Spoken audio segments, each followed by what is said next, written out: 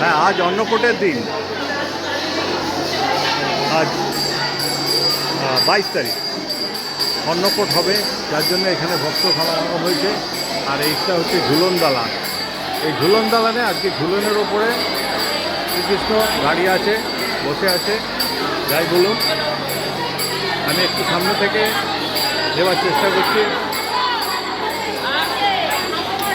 এই যে ঝুলন দালানে, এটা কিন্তু দোলনা, একটা পুরোটাই দোলনা। দোলনার ওপরে ঠাকুর বসে আছে। এখানে সমস্ত ভক্তরা চাল ছুটছে। নিজের মধ্যে দেখতে পারেন অনেক চাল ছড়িয়ে আছে। হ্যাঁ, এটাই এখানকার প্রথা, সবাই চাল ছুটছে। দেখছেন, সব ভক্তরা এখানে বিভিন্ন চাল ছুটছে। আমার গায়ের মাথায় চাল পড়ছে।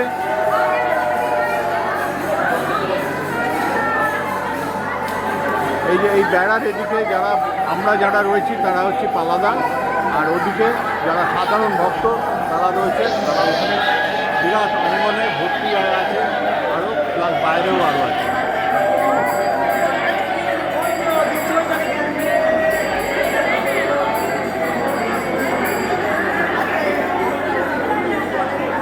বিভিন্ন জায়গা থেকে, অনেক গ্রামান্তর থেকে লোকজন এসে এখানে ভিড় করেছে আজকে অন্নকূট, তাই জন্যে। এখানে আমাদের মদন মোহন ঠাকুর, রাধাকৃষ্ণ দাঁড়িয়ে আছেন ভক্তদের পুজো নেবার জন্যে। অপূর্ব দেখাচ্ছে আজকে। দেখি যদি একটু জুম করা যায়। এই দেখুন, রাধাকৃষ্ণ এখন, তার পাশে দুজন সখী আছে। এই সখীদের নাম হচ্ছে বিশাখা ললিতা, এটাও রয়েছে কৃষ্ণের সঙ্গে।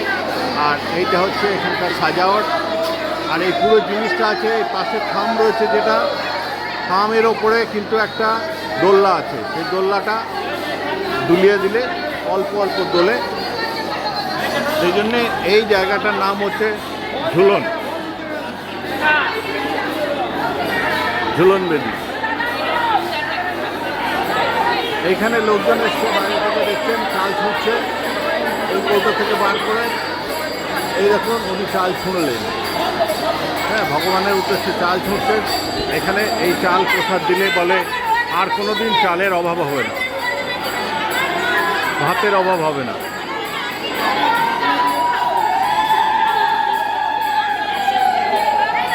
আর এইখানে সমস্ত পালাদাররা রয়েছে।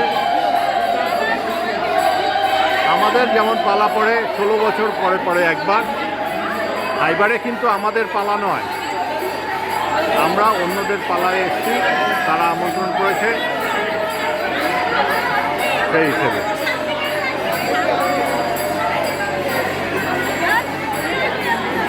আমি যতটা পারলাম কভার করার চেষ্টা করলাম। এখানে লোকে যেমন প্রসাদ দিচ্ছে, প্রসাদ নিয়েও যাচ্ছে।